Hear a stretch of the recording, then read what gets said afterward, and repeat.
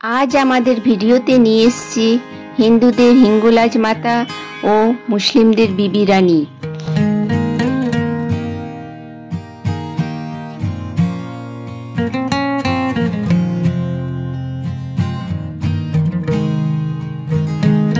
পাকিস্তানের করাচি শহর থেকে 90 মাইল দূরে বালুচিস্তান প্রদেশের লাসবেলা জেলার মারকান উপকূলে মরুভূমিতে এই তীর্থ।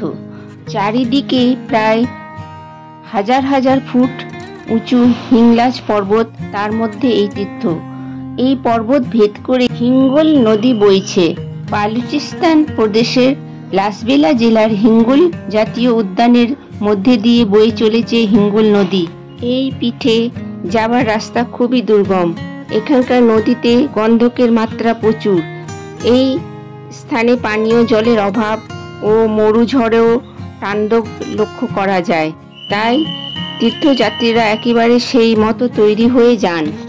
মুসলিমদের কাছে বিবি রানী বা হিন্দুদের কাছে হিঙ্গলাজ মাতা বালুচিস্তান প্রদেশের পুরো জাতির প্রতিরক্ষার দায়িত্ব তিনি একাই সামলান। সেই হিন্দু দেবীকে পূজা করেন বালুচের মুসলিমরাও নিজেদের সাংসারিক সুরক্ষা ও মঙ্গল কামনায়। এই দেবী দরবারে যেমন আসেন হিন্দু ভক্তরা, তেমনি আসেন মুসলিমরাও। এই মন্দিরে হিন্দুরা ফুল ও নারকেল আর মুসলিমরা সিন্নি খেজুর দেন দেবীকে। হিঙ্গলাজ মাতা, যা মুসলিমদের কাছে বিবি রানী, সব তীর্থের সকল মনোকামনা পূরণ করেন। মা হিঙ্গলাজের রক্তকরবীর পুষ্প খুব ভালোবাসেন। এখানে বালিভূমিতে রক্তকরবীর গাছ দেখতে পাওয়া যায়।